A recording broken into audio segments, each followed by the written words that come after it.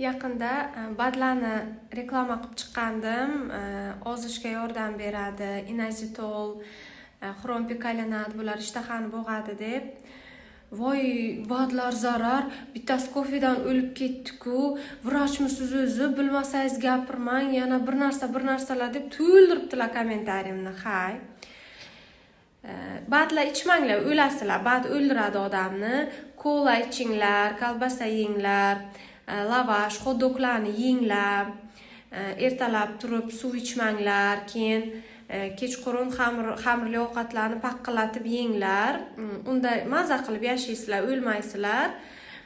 Yoki ozgina menimcha shamollasangiz yugurib borib ceftriakson, cefazolin antibiotiklarni olinglar. U yaxshi yashatib beradi sizlarni, lekin badlarni ichmanglar, o'lasizlar.